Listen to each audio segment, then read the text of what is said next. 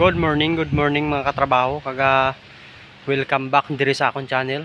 Ako gali si Dags Guillermo ang inyo katrabaho. So, hari kita diri sa Bong sa Milan National High School kung sa diin may-ari ako diri nga project aton nga lang tawo ng akong nga project kay ginpatawag na naman ako sang akon former teacher. So, Doc G's Vlog. So, thank you so much sa pag-invite diri sa school. Ang Milan National High School amo ini nga akon nga ginapatihan nga alma mater. Okay, so lantaw naton ang inobra namon dire ang ara ang nakita ninyo ang background naton dire anan. Amoy na nga akon nga project. So ikaduha na ini ka beses nga paghimo sa ang project nga ini. So hari na samahan niyo ako dire sa akon nga vlog. So let's go. Amoy ni ang Milan National High School diri sa amon nga barangay Milan.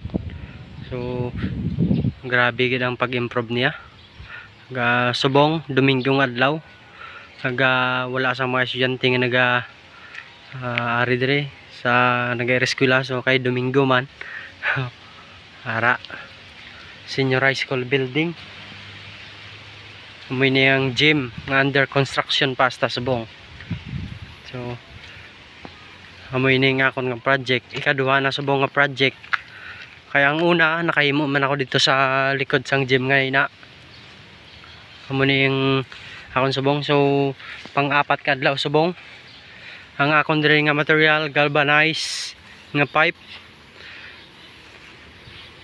So duha ini ka size, may 1.5 and 3 inches. So ang 3 inches amo ining vlog ko kag ang ang gagmay nga pipe amo ini ang 1.5. So may zipper lens man kag may corrugated sheet man nga yero. So amo ini, so may aras nga bench, may table kag of course may mga hollow block siya. So mabuhos na ako sang flooring. Nakita ninyo may mga tubo siya. Ang tubo, ito yung magsisilbi na pampatibay niya sa buhos, kasi itong table na to ay ginagawang upuan ng mga estudyante. So minsan tinatalunan, galokso-lokso sila. Ang bangko wala na ginapungkuan. Ang bench wala na, hindi na inupuan, kundi ginatungtungan kag magpungko diri sa table. So muna nga may hara siya nga pampatibay. So ara, so ang sa gitna baloktot kasi yung scrap na yan, so ginawa ko na lang sa pampatibay. So dito sa likod nga part sang gym,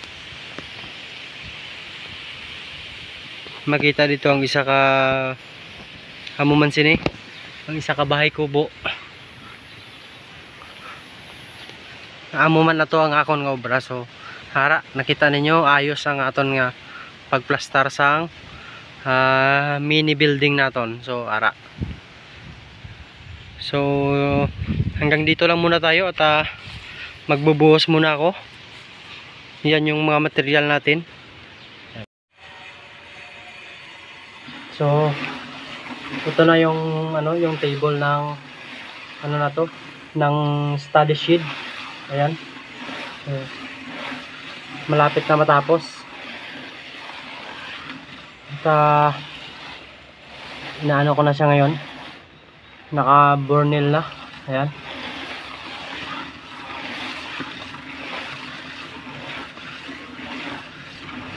Ganito lang, simple lang.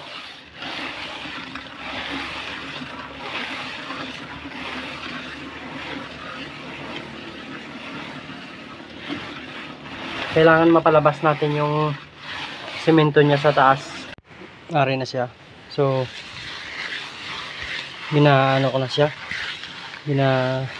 burnel. Ayan. So para mamaya makinis siya, kagaya ng suta ng iba dyan, makinis. Ayan. So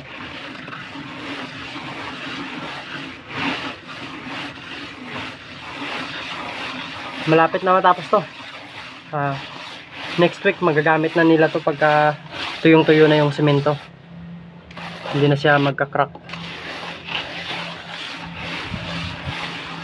Okay na, so hanggang dito lang muna at ako po yung magla-lunch na. So happy Sunday po sa inyong lahat. So ayan na siya, nabuhusan na. At ayan, nakikita natin. So nandito ako ngayon sa isang kubo kasi sobrang init na. Ayan. Ayan. Matibay na siya. Ang natira na lang ay yung bench. Mamayang hapon titirahin ko na yan. Ayan. So abang-abangan na lang natin to sa next episode.